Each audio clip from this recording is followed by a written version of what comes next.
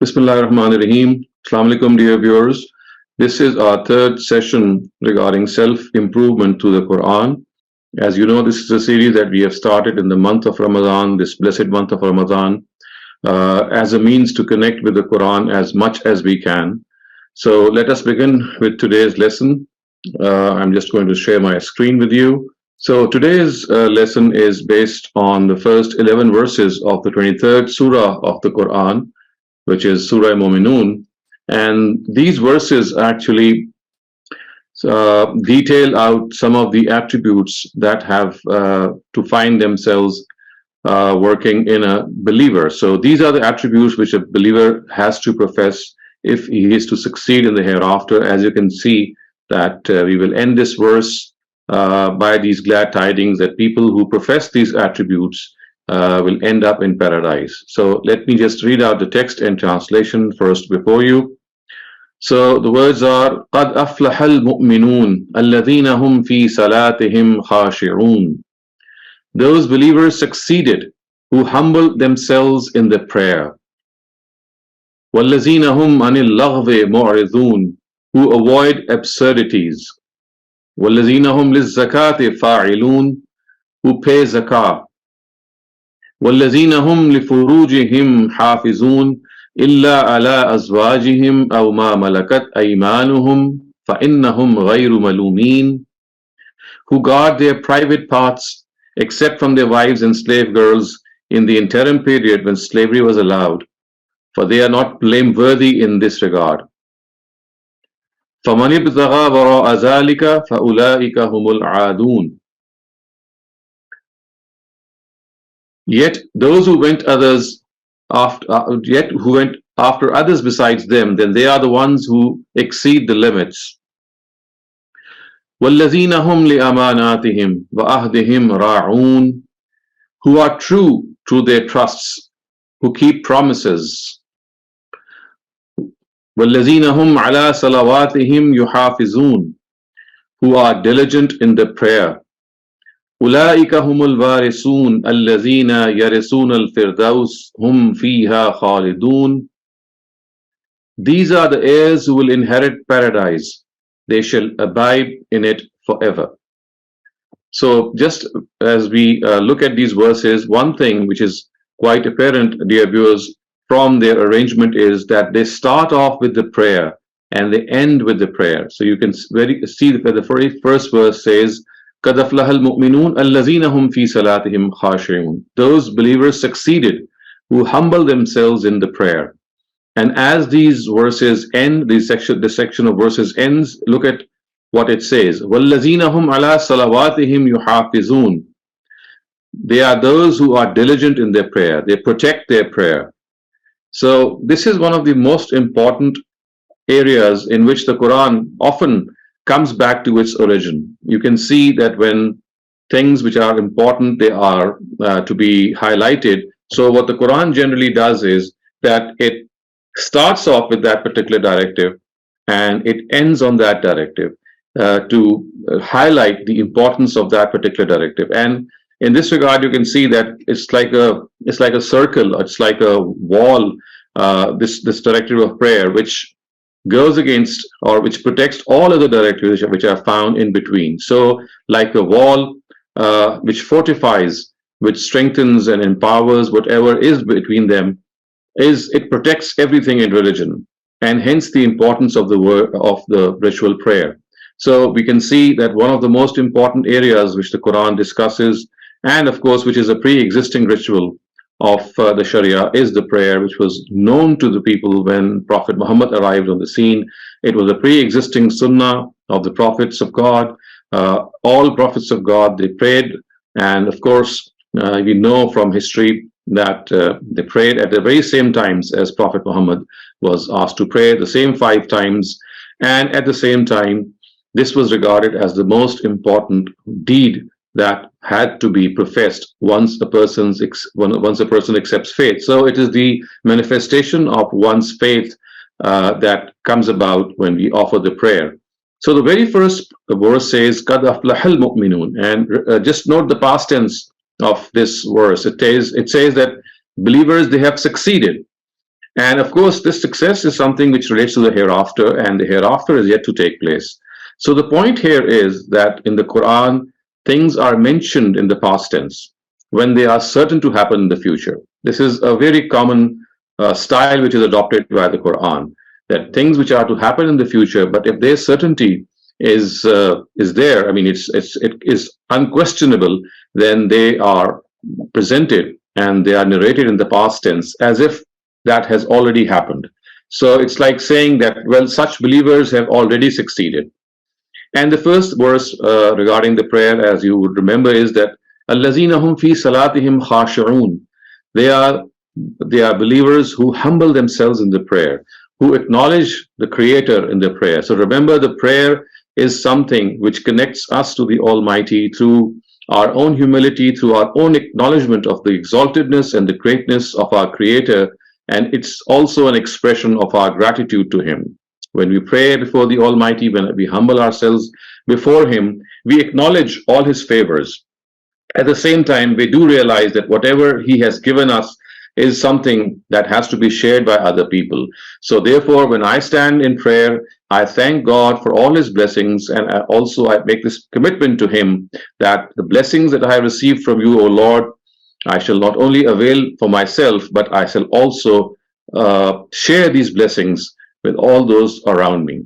So, وَالَّذِينَ هُمْ عَنْ صَلَاتِهِمْ, as far as the prayer is concerned, it is something which has to be the symbol, I would say, of a believer. So, الَّذِينَ هُمْ فِي صَلَاتِهِمْ خَاشِعُونَ, that is the first trait which is mentioned.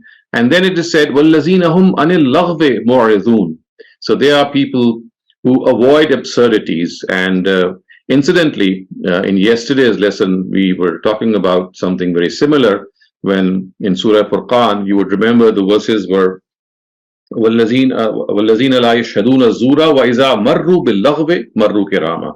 That believers are those, when they pass through absurdities, they just pass by them in a dignified way. So exactly here, the Quran says that there are people who avoid absurdities, who don't enter into things which are below their dignity, and things which are especially they make a fun of our own personality, things which are below our dignity, things regarding which we all know that if we indulge in them, it does take us to a lot of negativity. It is something which tarnishes the mirror of our soul. So remember, it is this internal purity which is required all the time. And the more we indulge in these absurdities, the more that mirror ceases to shine, the more it declines, the more it is something which does not shine as it should. And this is something that we have to always keep in mind, that absurdities they have to be avoided. And I had made this point earlier on also, that this doesn't mean that the Quran says that you cannot amuse yourselves or entertain yourselves. So there is a difference between entertainment and amusement, and between falling into such absurdities, which we all know. So absurdities like, for example, swearing needlessly, indulging into practices that are below human dignity, these are things that we can very well decipher for our own selves.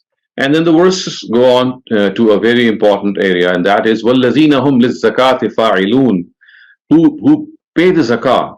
So remember, this is a very, very common feature of the Quran, that not only the prayer is mentioned many a time, but often it is mentioned in communion, or in right with zakat. So zakat is something which is a statutory obligation that we all know. If we own a particular amount of wealth, then this is something that has to be given.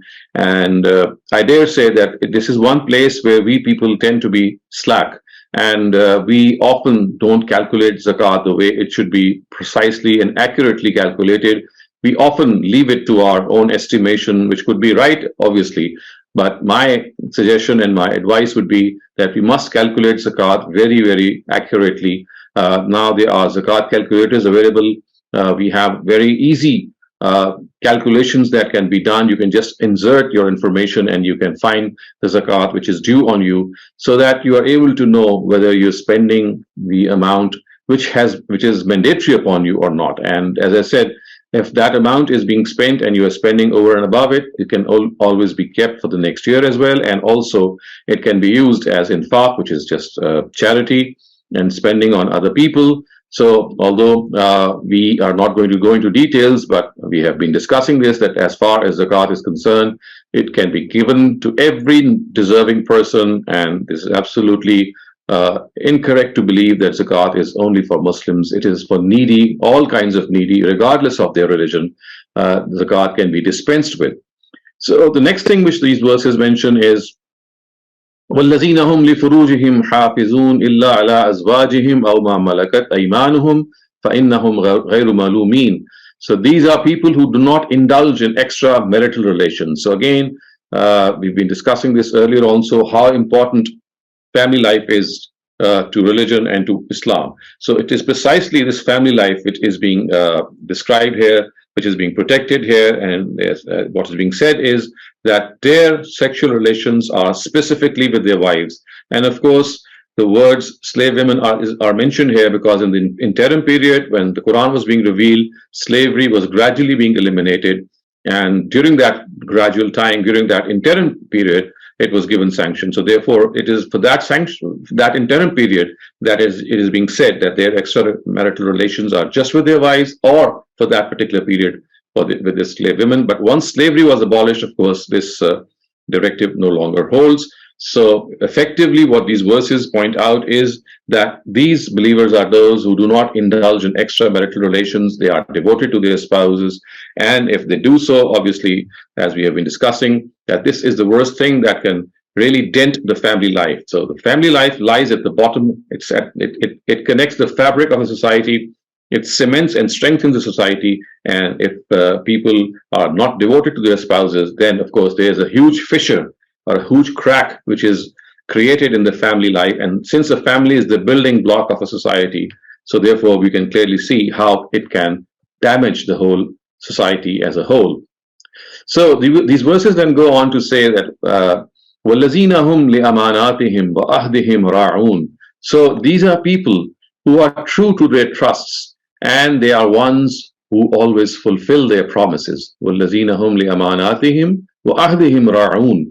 So if they are entrusted with things, they fulfill those trusts. They are not dishonest in what they are given. And obviously we have to understand that these trusts are not just related to money or to wealth. Even something which is assigned to you as a duty is a trust. It is entrusted to you. If you are given a public office, that's a duty that you have to discharge, and that's been entrusted to you, and therefore it is something that has to be dealt with and has to be discharged in a very honorary way. So the next thing which is mentioned is that وَالَّذِينَ هُمْ لِأَهْدِهِمْ رَاعُونَ. They are ones who fulfill their promises. So the exact words which the Quran has used here, they of course are meant to tell us that not only the trusts, but also their promises. وَالَّذِينَ هُمْ لِأَمَانَاتِهِمْ وَأَهْدِهِمْ رَاعُونَ. Whenever they give their word, they don't go back on their word. So remember, this is something that we have to always honor. Whenever we make a commitment, we must honor our commitments. Whenever we give our word, we must honor our word. And it has to be as simple as that. Yes, we can at times we are not able to fulfill our commitment. In that case, we have to offer an apology. And if this is something, unfortunately, that we see, it's floundered every now and then. People say, people commit, people give their word, and every now and then they go back on it. So it is extremely important that once a person gives his word, then it should be honored to all extent. And finally, as I said, this set of verses, it ends exactly on the same note on which it started, and that is the directive regarding the prayer. So the words are وَالَّذِينَ هُمْ عَلَىٰ صَلَوَاتِهِمْ يُحَافِظُونَ. So they are ones who protect their prayer, who are diligent in their prayer. And what does this mean? It means they offer the prayer on time. They are always on the lookout that wherever they are, if the time of the prayer arrives, then of course this is something that is their top priority. In other words, their daily routine revolves around this ritual of the prayer. They make this plan of their day in a way that they are able to accommodate all these prayers, all the 5 prayers of a day, in a way that they are all offered on time. So about these people, look what the Quran has said. It has said that if these people they fulfill these attributes, they have conformed to these attributes, in fact. And the Quran says, أُولَٰئِكَ هُمُ الْوَارِثُونَ الَّذِينَ يَرِثُونَ الْفِرْدَوْسَ هُمْ فِيهَا خَالِدُونَ. then they are people who shall dwell in paradise. They shall be the owners of paradise. They shall inherit paradise. And viewers, this is such a huge glad tiding which is given to us by the Almighty, that we need to really make the best out of it. And we are passing through this month, this blessed month of Ramadan. We've just started, so let's make the best out of this month by giving due attention to the prayer. If we have been faltering in the past, let's make a fresh commitment, a fresh start, that we will offer every prayer on time. Similarly, if we are not very accurately calculating our zakat, we must do so, because, as I said, at times we don't realize the inflation and the expenses that we are passing through. They don't make us realize that we might not be very accurate in calculating our zakat if we just start to estimate it roughly. So this brings us to an end to today's session, and we are now opening the floor for the question and answer session. Thank you, Dr. Shehzad. Shehzad, first, I have a question from yesterday's chat. They wanted to know, when they are scrolling down TikTok application, they do come across certain channels which offer tilawat of Quran Kareem. And while doing so, sometimes they cannot listen to the entire recitation. So they wanted to ask if skipping that screen, skipping that particular recitation and moving on, will that amount to any sin or not? Of course, it will not amount to any sin. You see, when you listen to the Quran, it has to be through your own intent. So while you were watching a TikTok video, your intent was not to listen to the Quran. It just came up. So if you just pass by it, it's absolutely fine. So remember, the Quran is a book of God, of course, that all of us revere. But this reverence is always related to the fact when you start, reading the Quran or reciting it the way we do it normally when we make our intent clear. So in this case, as you have clarified, that you never intended to listen to the Quran and it just came up. So if you just skip that channel or whatever that site is, it's perfectly okay. Thank you. Nashaban Wasim, you may ask the first question for the day. Assalamu alaikum. Sir, my question is regarding prayer. Why did Allah put more weight on tahajjud, the ibadah? And also I see the different religion focus on that early time prayer. It's related to the same thing. At that time, sometime when you wake up, you are not fully alert and you cannot focus on the prayer. So if you don't have a focus, is that make a difference in your prayer or not? So two part of my question. Well, you see, yes, this is a very important question. One of the reasons that the night prayer or the tahajjud prayer has always been given this importance in all divine religions is because you have to make an effort to break your sleep and get up at that part of the night. So normally, if you're following the law of nature, when people generally go to sleep, let's say like 9 or 10, maybe 11 o'clock at night. So when they have to wake up for tahajjud, it's really a hard thing to get up at that time. And you need to make a lot of effort. And so therefore, when you make a lot of effort to get up for the tahajjud prayer, this is something which shows to the Almighty that you have really made an effort to get up and to talk to Him. So precisely that is why the Almighty says that He is very attentive to people's prayers and supplications at the time of tahajjud. Now, as far as the question of freshness is concerned, if we have slept at the right time, of course, if we are sleeping like at 1 a.m. or 2 a.m., it is quite difficult to get up at 5 or 6 or maybe 4 a.m. for the tahajjud prayer. And whenever we do get up, as you said, that we'll never be fresh and we will always be overcome with sleep. But the point is that we should try to sleep at the time which is the natural time for the night sleep, and so that if we have had a couple of hours of maybe 3 or 4 hours of rest in deep sleep, then when we get up after 4 hours maybe, yes, it's still difficult, and the initial time is still you're struggling. But once few minutes pass, and once you do wuzu and you wash your face, you would realize that sleep just goes away. And in fact, you become more alert and you become more attentive, and your mind is so fresh that this is the best part of the day. You would realize to be in communion with the Almighty, to talk to the Almighty, and of course have this personal conversation with Him. So it's just a question of sleeping at the right time, and when you get up, going through a routine in which you just need to wait for some time after your sleep breaks, so that once it does, you will feel that freshness. Okay, so focus is important during the prayer. If not, Focus, I mean, obviously, focus is something which is important, because if you are, I mean, you're going to connect yourself to God, then this can only be possible if you have that attentive mind and that fresh mind. And you have to just make an effort for that.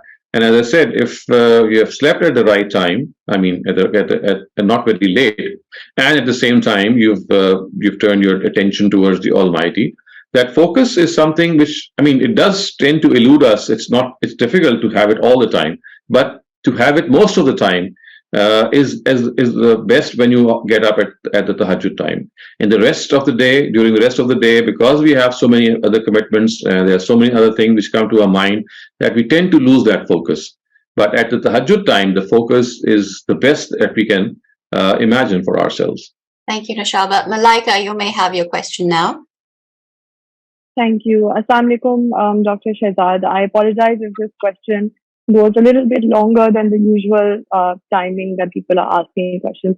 So I'm a 29-year-old, Muslim by birth, because I was born into a Muslim family.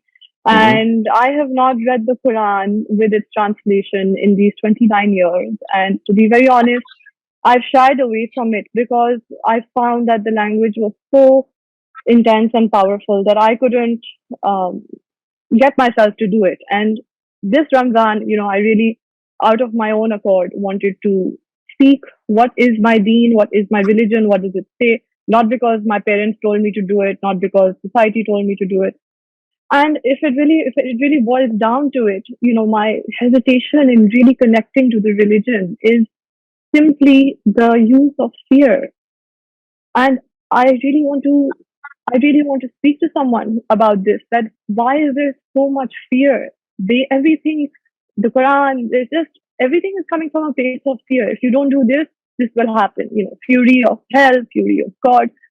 And I am somebody who is a very, very spiritual person. So I look at, everything. And to me, I believe in God. I believe in Allah. I believe in higher power.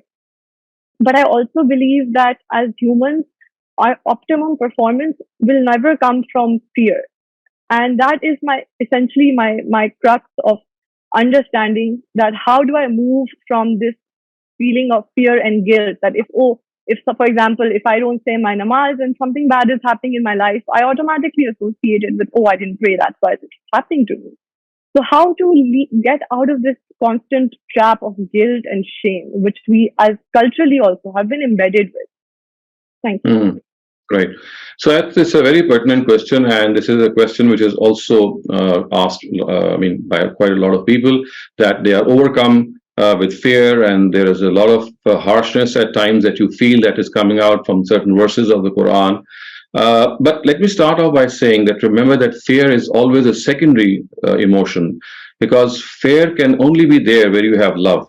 So fear is basically a feeling in which you have this apprehension that you're going to lose something that you love. So you see, it is the loss of love that makes you fear something. So when you feel that you're going to lose God's love, when you feel that you're going to lose your parents' love, when you feel that there is something that you really liked and that is going to go away, so it is here that fear creeps in. So remember, fear is always something which follows love. And so what we need to do is to discover that love relationship, that is the primal relationship, that is the cardinal relationship that we can profess with the Almighty. And if you go to the Quran through this angle, you'll find that it is filled with God's mercy. And it is only at instances where people are arrogant, where people show deliberate denial of the truth, where people indulge in extreme acts like, for example, killing people, or they're raping young boys or girls or even women or men, whatever, and indulging in things which are, which all of us detest.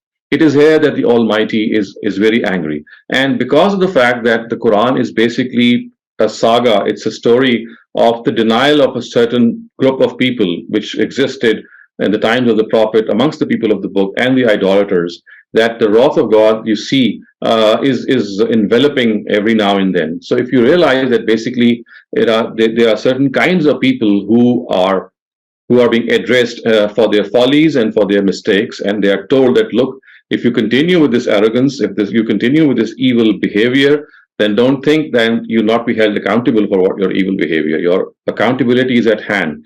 So, because people of those times, or of the previous times as well, they are discussed in such a way that you find that the Quran has a ring of harshness in it as well. But I said it has a background. But other than that, if you start navigating through the Quran in the angle which I just referred to, that it's basically your loss of love for something that makes you that you're overcome with fear, and you'll realize that this love for God is the biggest thing which we fear that we might lose, which makes us apprehensive. So I think it's the love of God that we need to understand how it comes about, because God is someone who is the closest to us. He says about himself that he's the best well-wisher that we can imagine. We have a very, very rudimentary inkling of what God is by seeing what our parents are like especially our mother, the way she's concerned about us, all of us know. But it's no comparison how the Almighty would figure with the mother. I mean, it's beyond comparison. So what we need to see is that God is happy with us. I mean, if he's happy, it's not that it's for his personal sake that he becomes happy. His happiness is the happiness of a person who is happy because he sees people, they are doing things for their own benefit. And it's much like your parent. I mean, if your parents are annoyed if you do something wrong, it's not because it's their personal like or dislike. It's because they know that if you do something wrong, you are going to suffer. Yes. So dislike is also something that he makes you realize that, well, if I am angry, it's not because it's my personal thing at stake. It's because you're going to ultimately bear the consequences. So I think you understand. Just a little thing that I'd like to add here is that we need to understand that we are drenched with God's mercy all around. So look at the fact that we as human beings are taken care of in a way, not only by our parents, but the world around us in a way that is unmatched. I mean, the sun rises for us, the wind blows for us, the water flows for us, everything that we can think of, the birds chirp for us. They are doing this for our own well-being. Man has been created on this earth in a way that the Almighty is always looking after him or her. So I think what we need to realize is we need to just change this angle, and you'll feel that love drenching you. And also what you might feel helpful in this regard is to discover God through his love, and that love comes through gratitude. And that gratitude is ingrained in us when we see what he has done for us. Thank you, Dr. Shehzad. That was really beautiful, and I think it gave me a lot of hope in discovering the religion more. And moving forward, I would be grateful if you can, after your classes, share any reading material that the modern Muslim, the children of this generation can really connect with. And I think what you said about the context of when the Quran was bestowed upon us, which is so important to understanding the language, which I never knew. I mean, I always knew there was so much politics involved in Islamic history. But when you said that it was almost addressed to a specific kind of people, that the harshness is directed to, it takes a huge burden off of me, because, I automatically feel so much lighter, because we believe, we kind of reading this language think it's all directed towards us.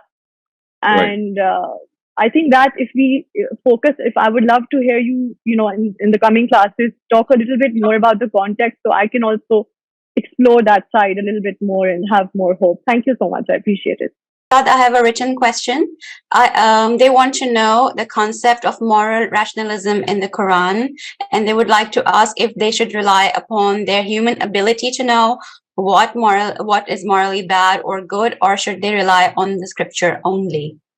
So as far as basic morality is concerned, I mean, moral rationalism is a term which can have many connotations, but regardless of any specific connotation, what the Quran tells us, that as far as basic morality is concerned, it is something which is ingrained in human nature, and all that you need to know or do is just rely on your own nature and conscience. Your conscience, if it is vibrant, living, it will not lie to you. Similarly, your own nature is something which will guide you towards what the correct thing is. So this inbuilt mechanism is something which the Almighty says is the first guidance which he has provided. And this is a guidance which he has provided to every single human being on planet Earth.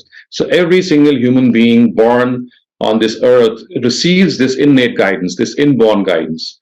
And it is only in areas where this guidance either falls short or is liable to stumble that divine guidance is sent down to complement it.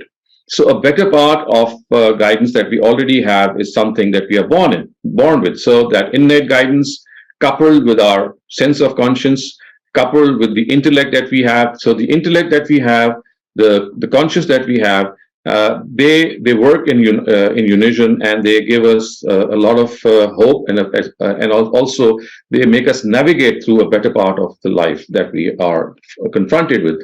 But yes, they are not something which can be totally relied on. So there are things on which they fall short, and it is here that divine guidance comes into play. So until divine guidance comes into play, all that we need to do is we have to self-actualize ourselves, we have to introspect, we have to find what we have inside, and it is a whole world. I mean, it's like a microcosm which is found in our own selves. Thank you, Dr. Shehzad. Ibad Bhatti, you may have your question now. Assalamu alaikum, Dr. Shehzad. I hope you're well. So my question was, basically, this ayah talks a lot about the importance of prayer, the importance of namaz.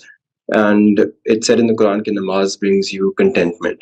So I have been consistent in prayer, but most of the times I have felt this, it's just become a monotonous task for me. And I've actively tried to, make it more of an emotional task for me. But sometimes it doesn't feel that way. So what are the ways that the small things I can incorporate that I get that emotional connection back? Because instead, क्योंकि जब मैं इस तरह नमाज नहीं पढ़ पाता, instead of giving me contentment, I feel like it, sometimes I feel that I'm not understanding it right, and it makes me more confused. I think that one thing that is going to really help you is to incorporate the fact that there are very many parts of the prayer which can be said in your own language as well, like Urdu or English or any language that you are comfortable with. So there are 5 areas or 5 utterances, I would say, in the Quran which are mandatory to be uttered in Arabic. Other than that, there are areas, for example, when you are kneeling, when you are prostrating, when you just started the prayer, when you have sat down in the qada, in which you can express gratitude, you can make any dua, you can talk to God in your own language. And that's, of course, is something which would really connect you. So the 5 utterances which are mandatory in Arabic, and I've been telling this all along, the first of them is Allahu Akbar whenever it is to be said, then Surah Fatiha, which is said in every rakat, then the Quran that you read right after Surah Fatiha, a portion of the Quran. So these are 3. The 4th one is Sami Allahu liman hamida, and the 5th one is Assalamu alaikum wa rahmatullah. So these are the 5 utterances that have to be said in Arabic. It's mandatory. Other than that, wherever, I mean, whatever person that you are in the prayer, you can talk to God in your own language. I mean, you can use Arabic as well, you can use Urdu, you can use Farsi, you can use any other language that you're comfortable with. And this is something that really would connect you to God, I would say. The second suggestion that I would give you is that if you are feeling this burden, then just for maybe a couple of weeks, just offer the first prayer. Don't go for the optional or the voluntary prayers for some time, unless your connectivity is something which resumes. And the third important thing is that you see, this connectivity is, it's an ideal thing to be always connected to God whenever you pray, but it never happens all the time.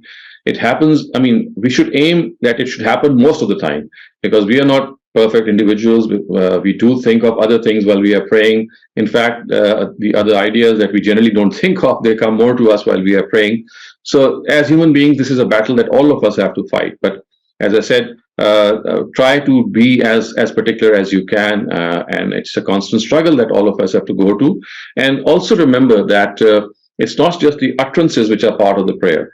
The prostration, when you're placing your forehead, which is the highest part, on the ground, it's a feeling of, you're really drenched with a feeling that you cannot describe. It's a feeling that all of us enjoy. So by placing your forehead on the ground, while kneeling before the Almighty, while clasping your hands, so these postures itself, themselves, all these postures, they also convey a certain amount of humility, a certain amount of connection with God. So remember, it's not just the utterances, but the posture also that must be given importance to. And I do think that, inshallah, if you adopt some of these measures, you'll find your prayer to become more involving and more engaging. Thank you, Dr. Sir. We have another written question. What if we did something wrong or bad to someone and we couldn't get any chance to apologize to them, and perhaps we have, but they aren't forgiving us, but we are actually guilty? So will, in this case, Allah forgive us? Well, if you have wronged someone, you have done something bad to the other person, then I'm afraid it has to be that person who must forgive you for the Almighty. I mean, the Almighty has his own principles for forgiveness, but total forgiveness will only take place once both the Almighty and the person against you have committed that offense also forgives you. So all that you can do is plead and ask for that person's forgiveness, but the person has a right not to forgive you, remember? So it's not always something that you can achieve. So that is why we have to be careful that it seldom happens. But there could be an instance in which a person refuses forgiveness to us, and he has the right because we have been nasty to that person. And for that particular instance, of course, some part of our reward would be diminished, or maybe some penalty would be imposed on us. But and that is how it goes, because this is a right which the Almighty has given to all human beings. Yes, they can forgive other people, but if they think that they are hurt so much that they would not like to forgive the other person, then this is a right that we have, and this is a right that everyone has. Usman, you may ask your question now. अच्छा sir, कल भी लुग़वियात के ऊपर बात हुई थी और आज भी जो है उसके ऊपर बात हुई है, तो इसका कोई दायरा कार क्या बनाया जा सकता है या हर एक के लिए अलग होगा? मसलन हम लोग 8-10 लोग फर्ज करें डेली बेसिस पे मिलते हैं, गपशप लगाते हैं, खाना खाते हैं, या वीकली बेसिस पे मिलते हैं, तो उसमें 2-3-4 घंटे हम बैठते हैं, तो क्या ये भी लुग़वियात में आएगा? इसको किस तरह, इसका दायरा क्या है, किस तरह कोई हर एक के लिए अलग है? I understand. You see, there is, I mean, this is your own conscience which will tell you that amusing oneself, to entertain oneself, this is something very different and it is totally allowed. And indulging in absurdities, I gave you this example. You see, when we come together, when we sit together, often we swear. I mean, we use bad language. We use words which are inappropriate. This is just one example of absurdity. There could be several examples in which you do things which are below your human, dignity. For example, you start scolding other people for trivial causes or for trivial reasons, or you vent your anger on such people in that way.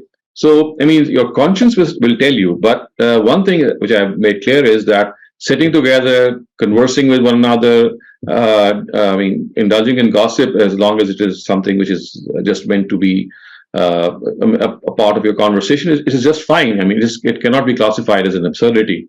So the Quranic word love is an absurdity, which means which is something which is below human dignity.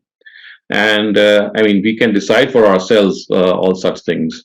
So it does not at all say that you cannot amuse yourselves, you cannot entertain yourselves. So entertainment and amusement are human needs, and therefore, I mean, as long as you're not indulging in vulgarity, for example, or doing things which are inappropriate, amusement is fine. Vulgarity in itself is something which is below our dignity.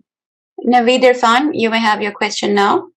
अभी जो सवाल हुआ था उसी के regarding है, जैसा आपने बताया कि हम सजदे में और रुकू में हम जो तस्बीह करते हैं उसके साथ में हम और दुआएं भी मांग सकते हैं और अल्लाह की कुछ तारीफ करना हो कर सकते हैं, तो क्या ये फर्ज नमाज में भी कर सकते हैं या निफल के लिए? Yes, indeed, we can do it in all types of prayers, whether nafil or whether obligatory. So, as I said, these are the 5 utterances that have to be said in Arabic, whether it's the nafil prayer or it is the farz prayer. All the rest can be, said in our own language. Shehzad, I have one more written question. The questions ask, how would God judge us on the day of judgment? Is it that our deeds would be equated with a number and one who has more numbers will pass the test? The problem is that we are not given equal opportunities. A person may get 30 years of life while the other would get 60. Is it the quantity that matters or the quality, and how would this pan out? I think the best thing that we need to understand is that justice will prevail. And as far as these nitty-gritties are concerned, I mean, God is sufficient to take care of them. Whether He's going to count them in a particular way or equate them to a particular unit, all that we know from the Quran is that the good deeds will be weighed and the evil deeds will be weighed. And if the good deeds, they outnumber the evil deeds, obviously a person would be entitled to paradise, or vice versa. So that is a vague sort of a picture that we have, a concise picture. And what we will know from the hereafter would be, of course, those details. And as far as the time is concerned, remember, if you're given more time, not only you get the more time to do good deeds, you are exposed or you're prone to bad deeds as well. So don't think that time is always something which is going into your favor. It could be negative as well. But what we know is that whatever amount of time each soul is given is sufficient for his own test and for his own or her own deeds. And the Almighty will, inshallah, do justice in all this. All right, I'll take one written question and another raised hand, and the other written questions that have reached me in chat, inshallah, I'll accommodate them tomorrow. The written question asks, for what kind of people does Quran use the term kafir? Can we use this term today? We cannot use this term today at all. The word kafir has been used in the Quran in its specific connotation, and that is people who intentionally deny the truth, who deliberately deny the truth. They are convinced of the truth and they still say, I'm not going to believe into it. So you see, this deliberate denial is something that I cannot know. Only God can know that, because it relates to our intentions. So in the times of prophets of God, when the institution of revelation or divine revelation was intact, the Almighty would inform his prophets who a kafir is, who a deliberate denier is. Today, in the absence of a prophet of God, in the absence of the institution of Wahi, this is something which we can never know, even though people who intentionally deny they exist today. I mean, they might exist today, and they do maybe, but we cannot pinpoint them, because we just cannot know whether a person is denying out of a misunderstanding or misinformation, lack of information, or deliberate denial. I mean, this could all be the case, but this is something that is always a question mark in front of us. So the best thing that we can do is that we can assign the label of non-Muslims to people who are not Muslims, and the word kafir should not be used for them. Thank you, Dr. Shehzad. The last question for today comes from Naushad Shafqat. Please go ahead. Yes, Dr. Saab, my question actually arises from an answer that you gave with regard to us wronging somebody, and then that person not forgiving us, and only if he forgives us will God forgive us. Dr. Saab, isn't that a bit harsh, in the sense that if I have wronged somebody in a very small way, and that person is, just because of being adamant, he insists on saying that, no, I will not never forgive you for this. Wouldn't God take that into consideration, that the fault Obviously, that I committed? Of course. I mean, of course, that is something which God will do. I mean, if a person is not forgiving you out of revenge or venom, and he has some other motives, then that they shall be taken into account. And also, when I said that God will not forgive us, of course, we were discussing a particular sin or a particular mistake. It's not like overall forgiveness. So for that particular sin I was referring to that. And as you said, that if a person is doing it in a malified way, just to maybe cause more bother for that person who has aggrieved him, this is something which will come before God, and we do hope, inshallah, that God will do justice in that matter as well. But then, Dr. Saab, what if I've wronged somebody and that somebody is now no more accessible to me? He's left the country, or he's left the city, and I don't have any contact. I mean, so you see, you'll obviously, if you're repenting before the Almighty, then you'll be given this chance when you meet him on the Day of Judgment. You can always convince him that you were not able to say sorry or apologize in this world, and you would like to do so now that you meet him. And the matter would then be settled on the Day of Judgment with that person. Thank you very much, Dr. Shehzad, for another enlightening session.